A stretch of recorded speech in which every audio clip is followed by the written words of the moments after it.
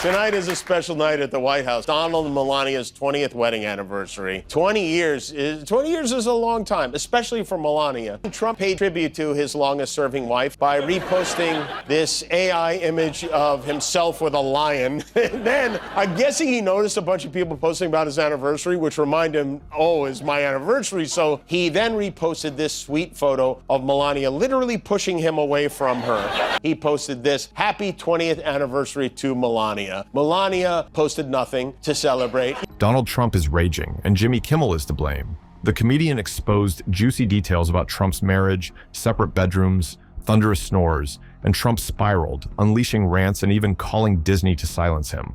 But if it's just a joke, why is he panicking? Trump White House pressured Disney to censor Jimmy Kimmel. Now, Disney is the company that owns ABC, our network, and Jimmy Kimmel is me, so obviously I was interested in seeing what it was. Jimmy Kimmel, the late-night comedian known for his sharp wit, recently aimed at former President Donald Trump's personal life, particularly his marriage to Melania Trump.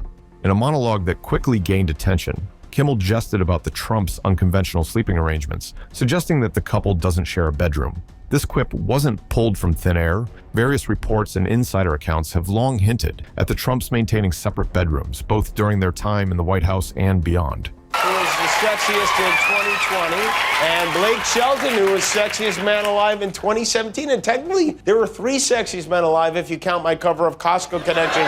During their tenure in the White House, Melania and Donald Trump reportedly occupied separate bedrooms. Sources indicate that Melania preferred her own space, leading to the first presidential couple since the Kennedys to have such an arrangement. This setup wasn't entirely surprising to those familiar with the couple's dynamics. Melania's biographer, Mary Jordan, noted in her 2020 book, The Art of Her Deal, that the Trumps maintained separate bedrooms, with Melania favoring a lighter decor and Donald opting for darker tones. Their differing schedules also played a role. Donald was known to wake up at 5 a.m. and watch television, while Melania had her routine. A former housekeeper mentioned that their rooms were on different floors, adding that they spend time in the same place, but they don't interact. Donald and Melania sleep in separate bedrooms. She was laughing too hard at my monologue at night. But really, joking aside, this is a blatant abuse of power. Kimmel's jest about the Trumps' separate sleeping quarters wasn't just a comedic jab. It echoed long-standing rumors and reports about their personal lives. By bringing this topic into his monologue, Kimmel tapped into public curiosity about the couple's relationship dynamics, blending humor with a touch of reality. In the same monologue, Kimmel took his humor a step further by delving into the intimate details of the Trumps' nightly routines. He humorously described Donald Trump's snoring as being so loud that it's akin to a freight train having a baby with a chainsaw. This vivid imagery painted a picture of a cacophony that would make restful sleep challenging for anyone sharing the same room. Kimmel further jested that Melania might resort to wearing noise-canceling headphones just to get a good night's sleep. I said, he's one of the dumbest human beings ever. He should have listened to his wife. What a dope. When Jimmy Kimmel took jabs at Donald Trump during his late-night monologues, it didn't sit well with the former president. Trump's response was swift and, in typical fashion, unrestrained.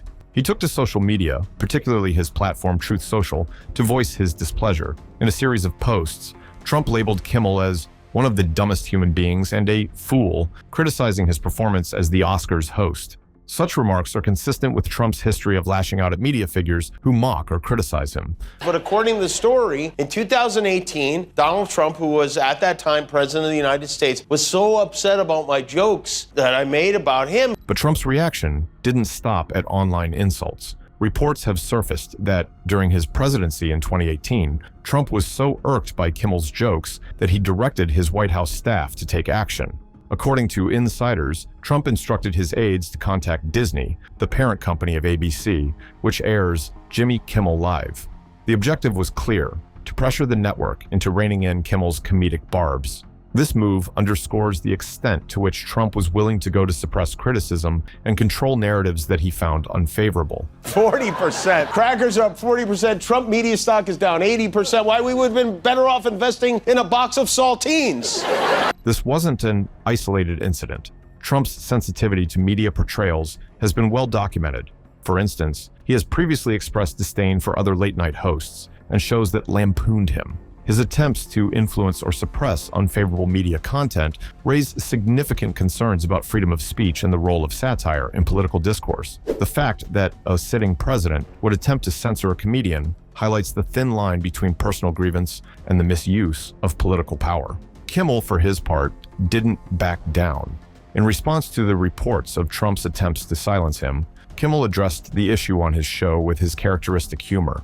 He quipped about the absurdity of the situation, highlighting the lengths to which Trump went to stifle comedic commentary. Kimmel's response not only underscored his commitment to satire, but also served as a reminder of the importance of comedic critique in a healthy democracy. This episode is emblematic of the broader tension between the Trump administration and the media. Throughout his tenure, Trump often labeled unfavorable coverage as fake news and sought to delegitimize journalists and entertainers who criticized him. Such actions have sparked debates about the role of the press, the boundaries of free speech, and the responsibilities of public figures to tolerate dissent and satire. Madeleine Westerhout, who served as Trump's secretary, offered an intimate look into the couple's daily interactions. In her testimony, she described moments that portrayed a conventional marital dynamic. Westerhout recounted instances where President Trump would ask her to inform Melania if he was running late, saying things like, "Honey, I'm going to be late for dinner."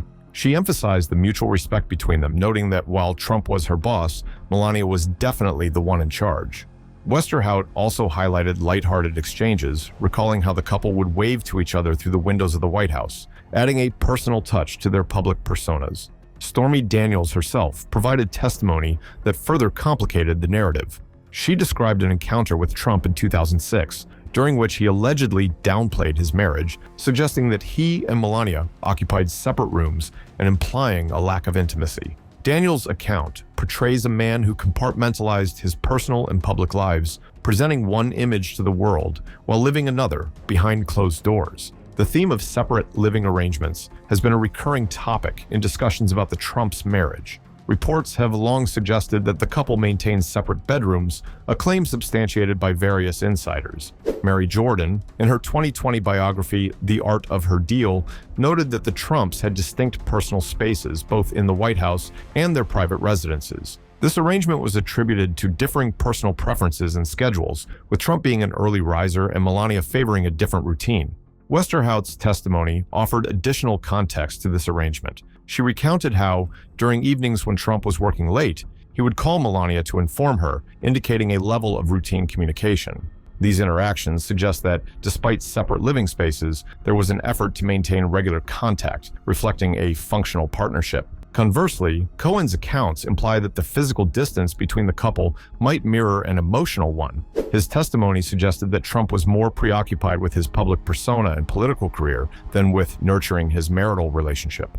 This perspective raises questions about the depth of their connection and whether these separate living arrangements are a reflection of personal choice or indicative of a broader disconnect. Backstage vaping when this happened, but since you think my wife gives good advice, maybe here she is with some advice. Jimmy Kimmel's playful sparring with Donald Trump has been a recurring theme on late-night television, but in September 2024, the feud took a personal turn. During a rally, Trump mocked Kimmel's performance as the Oscars host and falsely claimed that Kimmel's wife, Molly McNierney, had advised him against making certain jokes. In response, Kimmel invited McNierney, who is also the executive producer and head writer of Jimmy Kimmel Live, to address Trump's remarks directly on the show. Because you stacked our Supreme Court. Thanks to you, women in 21 states can't make their own choice about their own life and their own body. And 10 U.S. states make no exceptions for rape or incest. Taking the stage with an Emmy in hand, McNierney addressed Trump with a blend of humor and pointed criticism.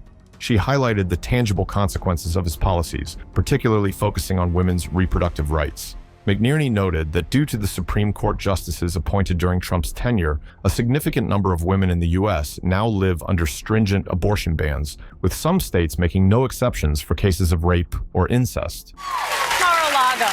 Spend all day, every day, cheating at golf and masturbating to Newsmax and let a competent woman take over. She emphasized the real-world impact of these policies, stating that women are suffering and medical professionals are facing challenges in providing necessary care. Concluding her remarks, McNierney suggested that Trump retreat to Mar-a-Lago, indulge in his hobbies, and allow competent women to take charge. The audience's reaction to this segment was overwhelmingly positive. Viewers appreciated the candidness and the personal touch added by McNierney's appearance. Her remarks resonated with many, shedding light on the broader implications of political decisions on everyday lives. This episode not only showcased the unity between Kimmel and McNierney, but also underscored the power of using one's platform to address pressing societal issues. The ongoing exchanges between comedians like Jimmy Kimmel and political figures such as Donald Trump highlight the essential role of satire in a democratic society. Comedians have long served as societal commentators, using humor to critique and shed light on political actions and policies. This tradition underscores the importance of freedom of speech, allowing entertainers to challenge authority and provoke thought among the public. Trump's reactions to comedic critiques, often marked by public outbursts and attempts to suppress dissenting voices, raise questions about the tolerance of political figures to satire. Historically, leaders have been subjects of comedic scrutiny, and embracing this scrutiny is seen as a testament to a healthy democracy. A former president displaying sensitivity to such critiques may inadvertently draw more attention to the satire, amplifying its reach and impact.